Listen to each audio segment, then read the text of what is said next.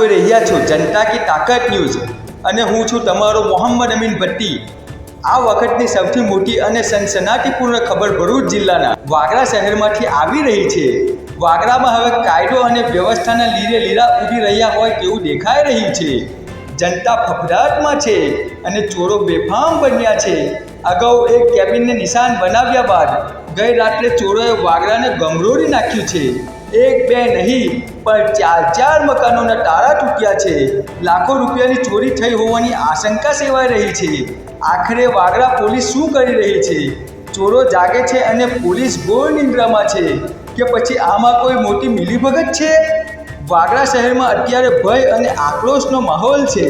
ચોરોનો આતંક એટલી હદે વધી ગયો છે કે સામાન્ય નાગરિકો હવે પોતાના ઘરમાં પણ સુરક્ષિત નથી રહ્યા। હજુ થોડા દિવસ પહેલા જ અહીં એક કેબિનની ચોરીની ઘટના સામે આવી હતી। ત્યાં તો ગઈકાલે રાત્રે ચોરોએ ખાખી વર્દીને ખુલ્લો પડકાર ફેંક્યો છે। એક જ રાતમાં ચાર મકાનોના તાળા તોડીને ચોરોએ હજારો લાખોની મિલકત પર હાથ સાફ કરી દીધો છે। પીડિત પરિવારો ચોધાર આંસુએ રડી રહ્યા છે અને ન્યાયની ભીખ માંગી રહ્યા છે। અહીં મોટો સવાલ એ ઊભો થાય છે કે જ્યારે આખું શહેર ઊંઘતું હોય છે ત્યારે સુરક્ષાની જવાબદારી જેના સિરે છે તે પોલીસ ક્યાં હોય છે? વાગરામાં ચોરો જાગતા પડે છે અને પોલીસ ઘોર નિંદ્રામાં છે। જનતાના મનમાં હવે એ સવાલ પણ ગુમરાઈ રહ્યો છે કે શું આ ચોરો અને પોલીસની કોઈ મિલીભગત છે કે પછી પોલીસની નાકામી છે? આ તો હવે આવનારો સમય જ બતાવશે કે વાગરા પોલીસ કુંભકર્ણની નિંદ્રામાંથી જાગીને શું એક્શન લે છે। શું આ ચોરો જેલના સળિયા પાછળ જશે કે પછી ખાખી માત્ર કાગળ પર જ દોડતી રહેશે? વાગરાની જનતા હવે ચૂપ નથી બેસવાની।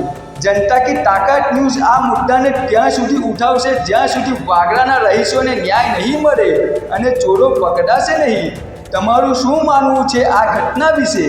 શું વાગરામાં પોલીસ પેટ્રોલિંગ વધારવાની જરૂર છે? અમને કોમેન્ટ બોક્સમાં જરૂર જણાવો। આ વિડીયોને વધુમાં વધુ શેર કરો જેથી આ અવાજ ઉચ્ચ અધિકારીઓ સુધી પહોંચે। ન્યૂઝ અપડેટ્સ માટે અમારી ચેનલને સબસ્ક્રાઈબ કરવાનું ભૂલતા નહીં। મકસૂદ ખિલજી સાથે હું મોહમ્મદ અમીન ભટ્ટી।